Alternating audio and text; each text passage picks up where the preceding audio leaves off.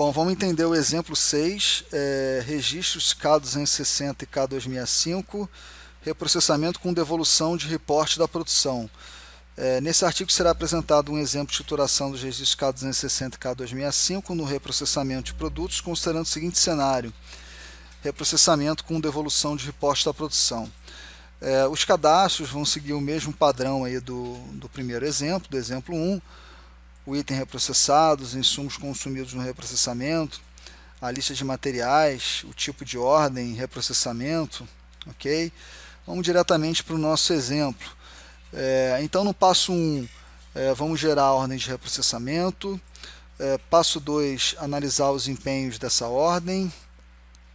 Passo 3, fazer a requisição pela produção total para a ordem de reprocessamento. Passo 4, fazer um reporte da produção total, encerrando a ordem. Passo 5, fazer uma devolução desse reporte da produção. Nesse exemplo aqui fizemos uma devolução de 5 kg. E depois gerar a escrituração do bloco K. Então vamos para a prática aqui na nossa base de treinamento. Vou gerar aqui a minha ordem para o aditivo para concreto.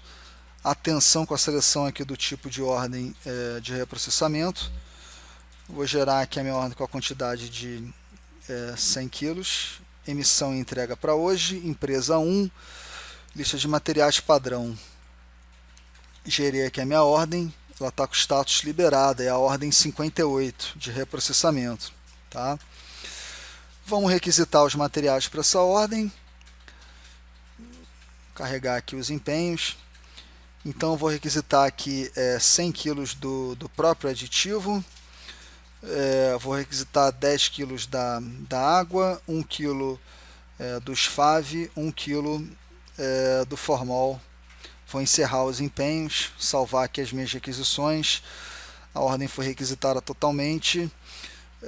Vou fazer aqui um reporte da produção. Encerrando a ordem com a quantidade de 110 kg, ok? Beleza, vou dar entrada lá no meu estoque de 110 kg, apropriando aí os insumos consumidos. A ordem está encerrada. Agora vamos supor que após esse encerramento aqui eu verifiquei que deve ser feita uma devolução aqui nesse reporte. Seja para fazer um novo reprocessamento, continuar o reprocessamento, né, requisitar novos materiais e continuar o reprocessamento. Isso pode acontecer, tem processos químicos complexos aí que nesse reprocessamento pode haver várias movimentações, né? Então vamos simular esse cenário, vamos ver aqui as movimentações da ordem, tá? Eu tenho aqui um reporte da produção de 110 kg, eu vou fazer uma devolução desse reporte aqui. Seguindo o nosso exemplo, essa devolução teria que ser de 5 kg, né? Então vamos fazer uma devolução de 5 kg desse reporte aqui, de 110 kg que foi feito para a ordem. Vou salvar aqui essa devolução, o sistema confirma que as movimentações que estão sendo geradas, ok? Salvei aqui a minha devolução de reporte da produção de 5 kg, tá? Então a quantidade que retornou ao estoque líquida, né, é de 105 kg, né, não mais de 110. Se eu acessar aqui o relatório de resumo das movimentações da ordem de produção, eu consigo ver isso aqui na coluna aqui, ó, reporte da produção. Eu vejo que o aditivo ele sofreu um reporte 110, uma devolução de 5, então a minha quantidade movimentada efetiva é de 105 kg. Agora vamos lá para a nossa apuração, né, do bloco K. Vou processar aqui a apuração do bloco K de novembro. Ok, processei. Vou fazer o download do arquivo do bloco K. Vamos encontrar aqui a nossa escrituração do K260, tá aqui ela, tá? E aí a diferença em relação ao que foi apresentado nos outros exemplos, pessoal, nesse exemplo aqui, é a quantidade que retornou ao estoque, né, do produto que foi reprocessado. Essa quantidade aqui, ela é escriturada nesse campo aqui, ela está sendo escriturada com o valor de 105 quilos, né? Esse valor de 105 quilos é a quantidade que foi reportada de 110 quilos, menos a devolução de reporte de 5 quilos que aconteceu aí dentro do período de apuração, tá? E essa devolução de reporte, ela não interfere aqui na escrituração do K265, tá? O K265, ele é escriturado com base nas requisições pela produção. Então, se eu vou devolver algum material que foi requisitado aí para essa ordem de reprocessamento, eu tenho que fazer uma devolução de requisição, e aí sim essa devolução de requisição vai ser escriturada aqui na quantidade que retornou ao estoque dos insumos consumidos aí no reprocessamento, ok? Voltando aqui para o nosso artigo, a gente tem um exemplo aqui similar ao que foi apresentado na base de treinamento, e o único destaque que está aqui é o destaque que já foi falado. A quantidade que retornou ao estoque do produto reprocessado foi escriturada no K260 como 105 quilos. Essa quantidade foi calculada subtraindo a quantidade da devolução de reporte da produção de 5 quilos da quantidade do reporte da produção de 110 quilos, é a quantidade líquida de reporte dentro do período de apuração. Ok, pessoal? Dúvidas? Deixa eu ver aqui o nosso chat. Ok, Monteiro. Rafael, eu perdi uma parte de treinamento, mas nesse reprocessamento nós prevemos a possibilidade de reprocessar um produto e nessa ordem nós temos como resultado um produto diferente. Então, Monteiro, não preciso nem ver o seu exemplo aqui. Posso até ver, mas não preciso nem ver, tá? Uma premissa da ordem de reprocessamento o produto que vai ser requisitado por reprocessamento, ele tem que retornar ao estoque com o mesmo código de produto, tá? Não pode ser diferente isso. Essa recomendação é expressa, clara, no manual do bloco K. Tá? Então, se eu estou reprocessando o produto SA3, eu tenho que requisitar o produto SA3 para essa ordem de reprocessamento, e no final desse reprocessamento, o produto que tem que retornar ao estoque é o próprio SA3. Não pode retornar para o estoque outro código de produto. Ok? Então, no seu exemplo aqui, tingi um tecido azul e encontrei um problema. Separei o tecido para reprocessar. Porém, não teve jeito de retingir o tecido em azul.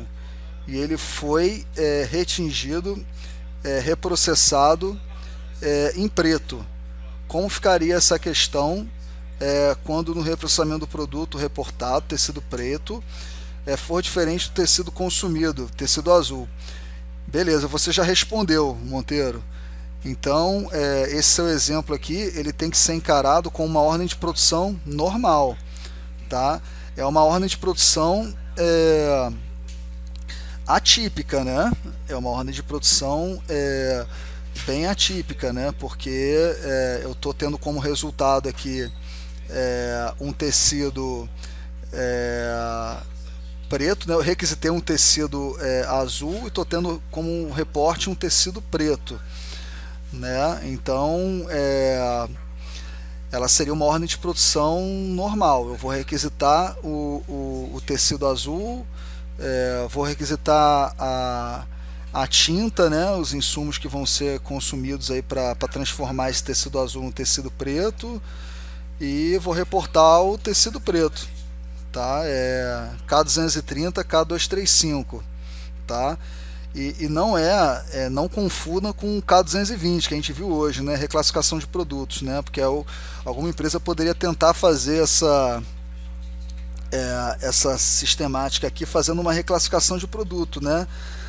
Mas não é um caso, né? Nesse caso aqui, eu estou consumindo novos insumos, né? Nesse reprocessamento, eu estou de fato fazendo uma industrialização aqui, né?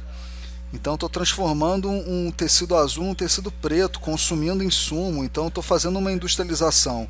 Isso não pode ser escriturado no K220, tem que ser escriturado no K230 e K235, tá? E mais um ponto, tá? Mais um ponto.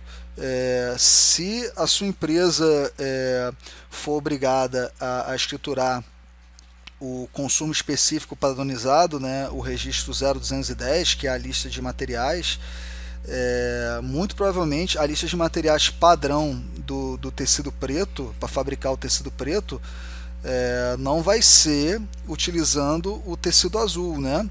Vai ser, por exemplo, utilizando um tecido sem cor e a tinta preta, né? Um tecido cru, né? E a tinta preta, né? Então você tem duas alternativas aqui.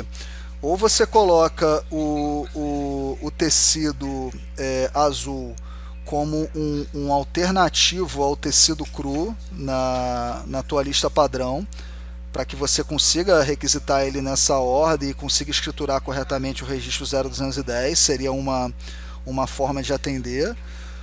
Ou você teria que ter um código específico para esse tecido preto, um código de produto específico para esse tecido preto, para quando ele for fabricado a partir de um tecido azul.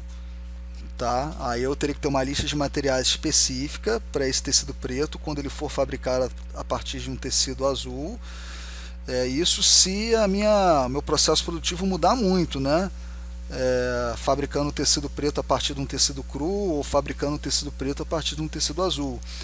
Então pode haver a necessidade de você criar um novo código de produto para o seu tecido preto para conseguir fazer esse processo de produção interna no sistema. Tá? E aí sim, depois que o tecido preto estiver pronto no estoque, vamos imaginar com esse novo código de produto, o TP02, por exemplo, você pode usar o K220 para transformar o TP02 no TP01. Tá? Só reclassificando o código de produto, é o mesmo produto, tá? É tecido preto, mas eu só estou reclassificando ele para o código TP01, porque é o código que eu tenho que fazer a venda desse produto para o meu cliente, por exemplo. Ok, pessoal?